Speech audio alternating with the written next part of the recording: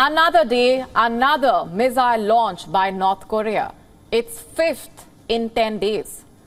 Today, North Korea fired a ballistic missile over Japan in what is a major escalation in this region and what many believe an attempt to grab the attention of Japan and the United States.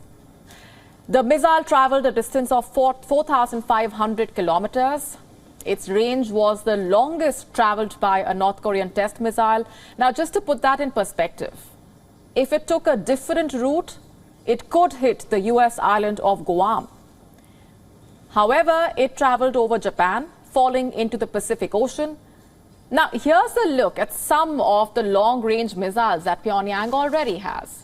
The first one is Nodon, with a range of 1,500 kilometers. The mid-range ones, including the Mosudan, with 4,000 kilometers as the range. Now to the one that Pyongyang likely fired over Japan. It is the Hwasong-12 with a range of 4,500 kilometers. But that's not all. As you can see, there is also the Hwasong-14 with a range of 10,400 kilometers, and also Hwasong-17 with a range of over 15,000 kilometers.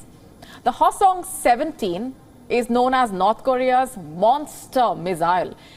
In fact, it is believed to be the largest mobile intercontinental ballistic missile.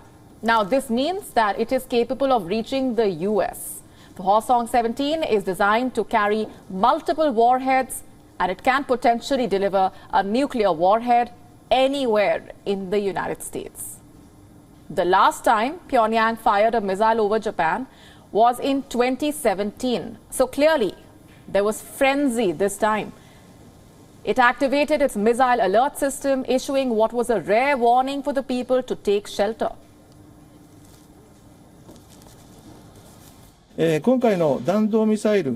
The fact that the ballistic missile this time had an altitude of 1,000 kilometers and flew about 4,600 kilometers means that it likely has the capability of at least an intermediate-range ballistic missile.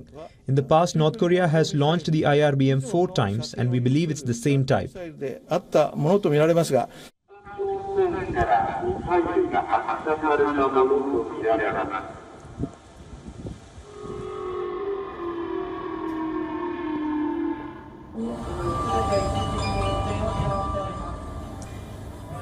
The missile has been used 2 times before, in 2017 and both the times when Pyongyang fired missiles over Japan. Usually, North Korea's missile tests are conducted on a lofted flight path, which means that they reach a high altitude. This is to avoid any flights over Pyongyang's neighbors. But flying a missile over such a long distance allows North Korea to test it, especially under realistic conditions. And this one flew right over Japan as citizens received text alerts to evacuate buildings.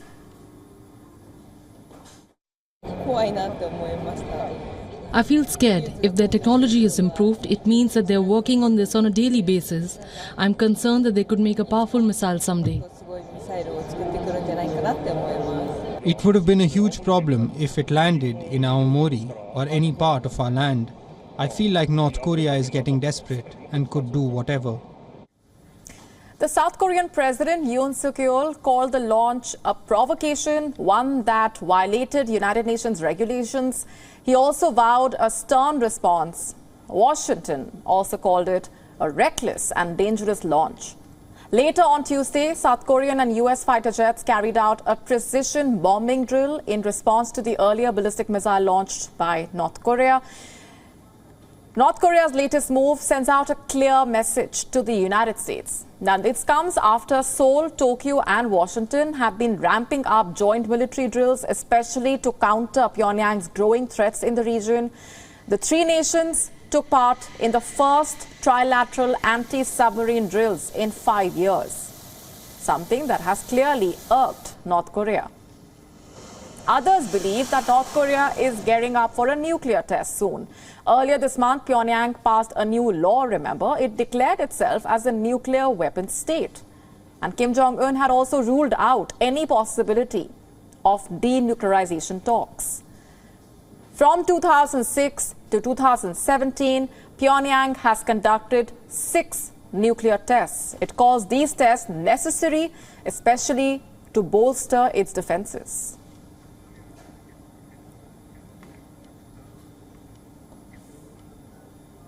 And with me on the broadcast this minute is Professor James D.J. Brown. He is an international affairs expert and is joining us from Tokyo. Thanks very much for being here. What, according to you, is the messaging that North Korea is sending out at this point, especially right after it passed that law and Kim Jong-un also ruled out the possibility of denuclearization talks? Well, I think there are two things here. First of all, we shouldn't set aside the technical side of things. Part of the purpose of this test is actually to test the capabilities and to improve the capabilities of North Korea's missile technology. But you're right, another part of it is definitely political, it's international signaling. And the main element that is being signaled here is the North Korean regime's dissatisfaction with the status quo. We had a few years ago a South Korean president, President Moon, who was in favor of a softer approach. We had a US president in Trump who was willing to engage. We now have neither of those factors in place. And so I think North Korea really is demonstrating that it is unhappy with the approach of both South Korea and the United States. It wants more intention. It wants more engagement. It wants more engagement, but do you see those denuclearization talks happening at all, given the kind of statements and the kind of moves on part of North Korea? Where do you see the denuclearization process headed, if at all?